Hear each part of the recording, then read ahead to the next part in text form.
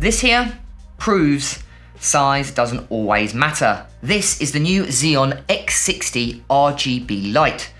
And I've got to admit, it's probably my new favorite YouTube studio light. And I'm gonna start right now. Now, just for transparency purposes, Zhiyun did send me this to review, but like always, all the opinions in this video are going to be my own.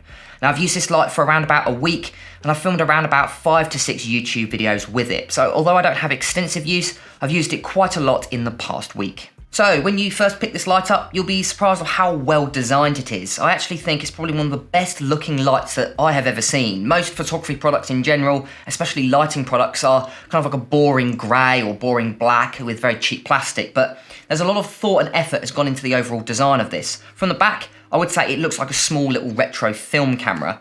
Now on the top here, you've got your main on-off switch. That's how you turn it on and off. It's a nice bright orange colour, which I think is quite nice. Again, adds a little bit more personality to this light versus just a standard white switch, for example.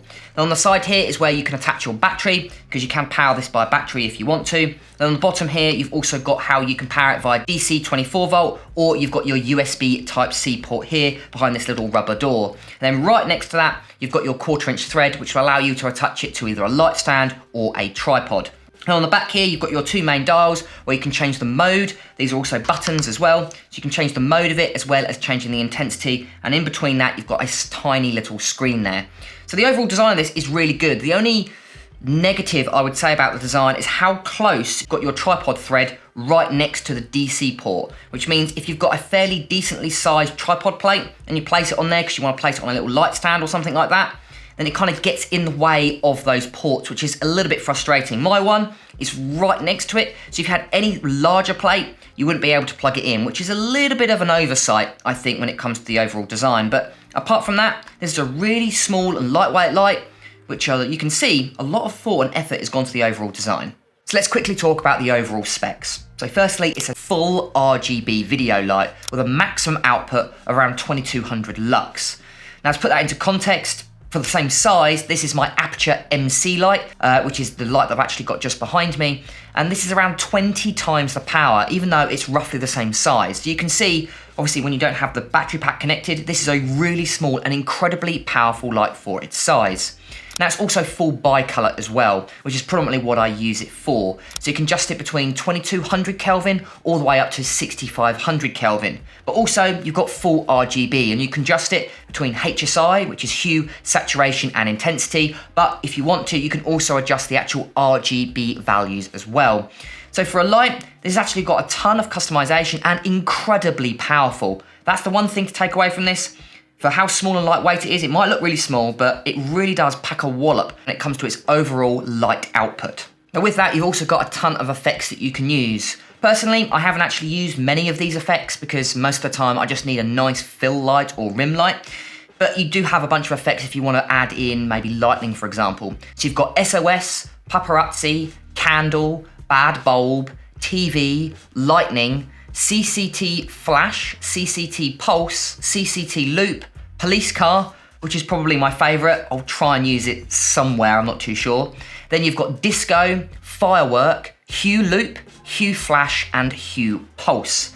Another one you've got, which I personally think will be great for video weddings, because I'm also a wedding filmmaker, is you've got music. So it's actually got a microphone built in and it will play along to the music, which for a first dance or something like that, if you want to add a little bit more color to it, because sometimes you want to add a little bit more creativity, the music mode might actually be really helpful.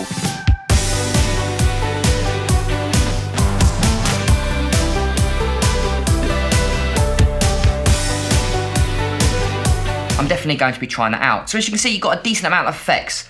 Personally, I'm probably not going to be using around 95% of the specs, but it's nice that they have included them. Now there's actually quite a few ways that you can actually power this light. The first way, and it's the way that I recommend, is obviously the DC 24 volt, which actually comes inside the box. So if you're just in a YouTube studio like myself, you can easily power it via that. And obviously battery, you don't actually have to worry about it. Sometimes I'm filming all day and I don't necessarily want to have to constantly be charging my batteries. So having it powered by the wall it for me is really, really important. But you've also got USB Type-C as well. So for example, maybe if you want to power it via your laptop, maybe you're filming a conference or filming anything on your computer and you just wanted an extra light to light you can actually power this via USB Type-C, which is really nice as long as it's over 18 watt. Now you've also obviously got battery as well. It's got this kind of 6-prong mechanism, and all you need to do is clip it in. Now to power the actual battery, all you need got is USB Type-C. So theoretically, you could actually power it just via a cable. So you could actually power USB Type-C into USB Type-C and actually have them separated if you want to attach it to a tripod and the battery was too heavy for the tripod, for example. So you can actually separate them, which is quite nice. Now let's have a quick look at the overall runtime when you actually charge it with the battery. So the battery is a 57.7 watt hour and it's a USB-C Type-C charging. Now I found the runtime, I filmed it at a 100%, 50% and 25%. So at 100% fully charged battery, I got around 52 minutes of runtime. And then when I lowered it down to 50%, I found that I got around about an hour and a half, or exactly 1 hour, 32 minutes of runtime. Then I lowered it down to 25%, went away, watched a movie, came back, and it was still running. And that movie was about 2 hours long. So after that, I thought, yeah, I need to get on with other work. So yeah, well over 2 hours of runtime if you're having it around 25%. And to be honest with you, 25% is what I used inside the studio, and it's actually really, really bright, especially when you put the hyper reflector on it.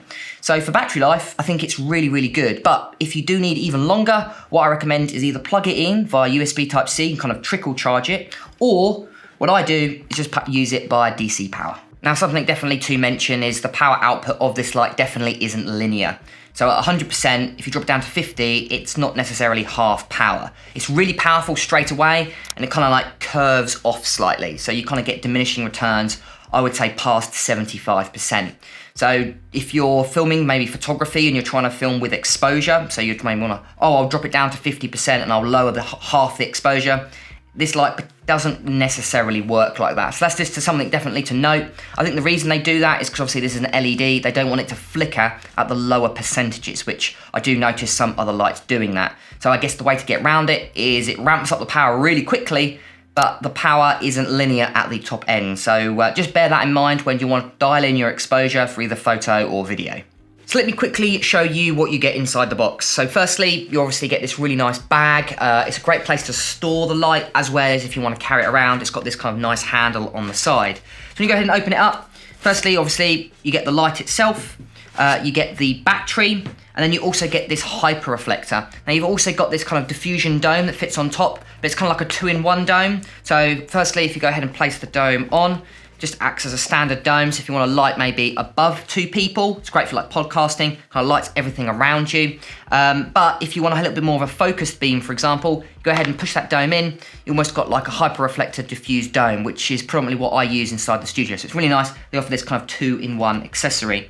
Then you get, obviously, I've got my UK charging plug, and then you've got your DC 24 volt. Now what's really nice is the cables are really long. I hate it when you get some accessories and the cables are like a meter. That's not useful in any environment. So having a really nice long cable is something I really like about this light. Plus, and the last thing you get is a USB Type-C to USB Type-C charger. Now this obviously charges the battery itself, but you can also plug it in via the light and light it independently without the battery. And like I was saying previously, you can actually use this cable to plug the light and tether the battery to it if you want to maybe light it on a smaller tripod and just place it next to it, which is really nice. The only oversight I would think with the overall unboxing and the design is, for example, I always have a 50p coin or some kind of coin in my bag. For the main reason, when I attach it to a light stand or attach it to a tripod, I need to undo the tripod plate, which fits onto the bottom. So I always have a little coin that I can tighten it up and loosen it really easily. But you'll notice that you've got these nice pockets on the top, which is always handy. I go ahead and pop the 50p coin in the pocket. I go ahead and carry it anywhere, and it just falls out because the handle on the other side, you've got the pockets, are upside down when you carry it.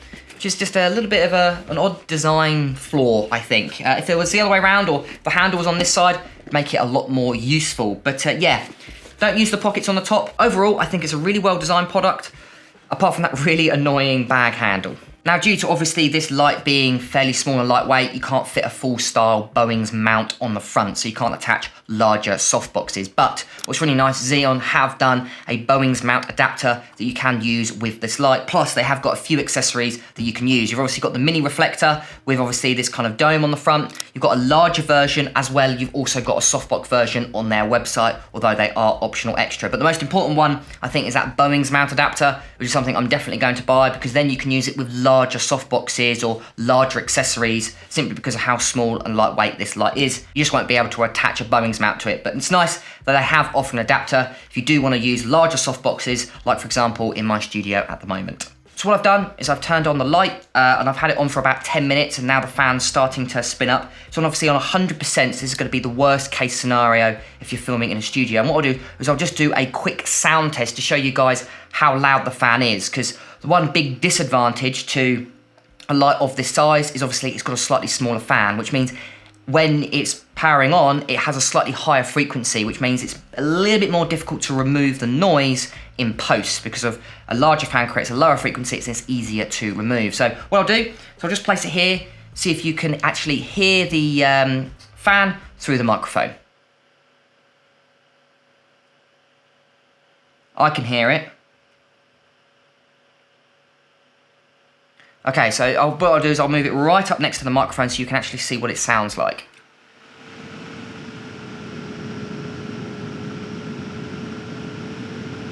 Now obviously that's right next to the microphone, and then here it's about, I don't know, 3 feet away. And if I go ahead and put it over in the background here, you can see if you can still hear it. Okay, so that's roughly where it is. It's probably about, I don't know, 8 feet away from the microphone, and obviously my microphone is directing towards me, so hopefully it shouldn't pick it up, but let's see if you can still hear it.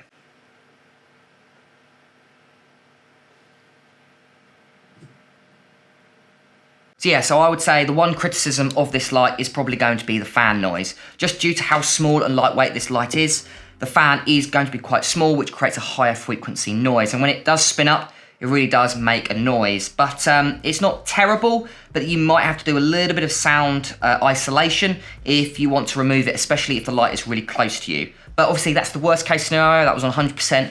When I have it on 25%, I notice the fan doesn't kick in for at least half an hour. So depending on the environment you're in, obviously this is an air-conditioned studio, so it's not that cold. But if you're in a warmer environment, you might notice the fan kicks in a little bit earlier than what I suggested. So who do I think this light is good for? Well, personally, I think it's great if you're a YouTuber or content creator, someone like myself, that's after a really small, lightweight light that is perfect for a small studio like this. You could use it as your main light, you could use it as your hair light, or your backlight. It's completely up to you, thanks to that full RGB and bicolor, plus it being really, really powerful. So if you're after basically one light that can pretty much do everything, this light is perfect for you. But I also think it's great for filmmakers as well, just thanks to the different ways that you can power it. You can obviously power it via the wall, so if you need constant use, this is perfect. But you've also got a battery, which gives you a fairly long run time. So you've got that, plus USB Type-C. So maybe if you're filming in a coffee shop or something like that, you're just after an extra little bit of light, maybe for a live stream, then this is perfect. Me, as a wedding filmmaker, I know I'm gonna be using this light a lot, thanks to its battery, plus it being obviously full RGB. So if I wanna be a little bit more creative, that's something I can do versus my other lights, which I have to firstly plug in, and the only option I've got is bicolor.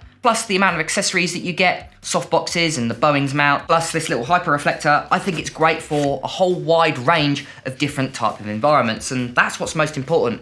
You don't just want to get a light that you only can use in one environment, you want to get a light that you can use at every single photo shoot. And this new Zhiyun light is definitely going to be my new favourite YouTube light, but also possibly wedding light as well. Of course, if you've got any questions, make sure to write it down in the comments below. And again, thank you Zhiyun for sending me this to review.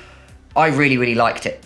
I've been James for Photo Fever, and I'll catch you guys next time.